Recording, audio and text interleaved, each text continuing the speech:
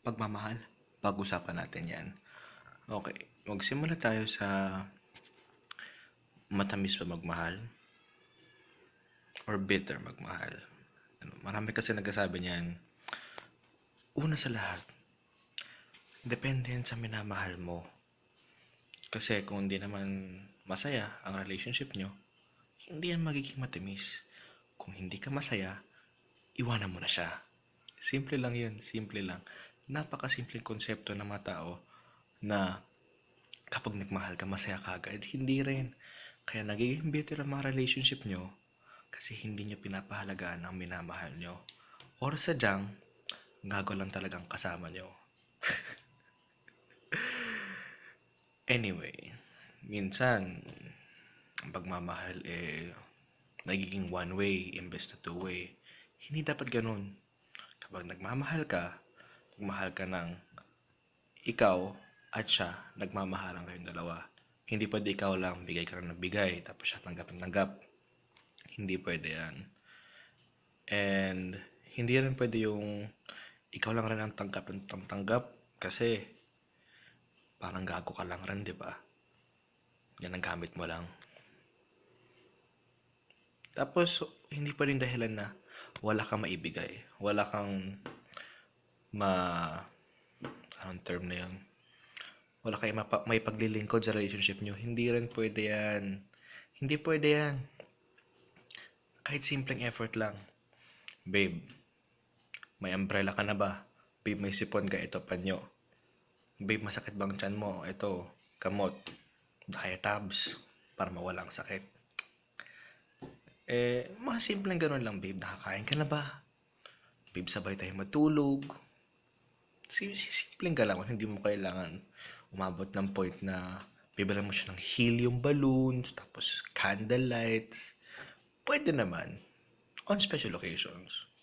Kung yun ang trip niya. Diba? Depende rin sa tao kung anong trip niya. Kasi, kahit gaano ka mag-effort, kung hindi niya gusto yung effort mo, wala talaga. Oo, syempre ma-appreciate niya. Pero kailangan, kung mahal mo din talaga siya, alam mo ang gusto niya. At kung alam mo ang gusto niya, yun dapat i-effort mo. Hindi yung, let's say, gusto niya is teddy bear. Binigyan mo siya ng sandamakmak na chocolate. Hindi siya mahilig sa chocolate. Sabihin niya, oh, thank you, babe. Pero in reality, all she wants is a teddy bear. Kunin mo na siya ng teddy bear. Hindi naman mahirap yun eh. Diba? Tapos, this goes out to all the guys. Ang mga babae, mga baliw talaga yan. Tatanungin mo, babe, saan tayo kakain? Sagot nila, kahit saan. Sige babe, McDo tayo. Ayoko dun. Sige babe, pizza tayo. Ayoko rin dun. Isang mo talaga gusto. Kahit saan. Diba? O, aminin nyo girls. Totoo yan. At, guys, aminin nyo rin na tayo manlalaki. Ma-pride tayo. Pero ganoon talaga. Minsan, nakapaisip ka rin kung mahal mo ba talaga yung kasama mo ngayon. Isipin mo na lang kung masaya ka ba. Kung bakit ka pa rin dyan. Kung convenience lang. Kung puro dahil sanay ka lang. Pero hindi ka na masaya. Sabihin mo, maging honest ka. Baka sakaling masave niya pang relationship. Pero kung hindi ka talaga masaya, pag-usapan nyo yan.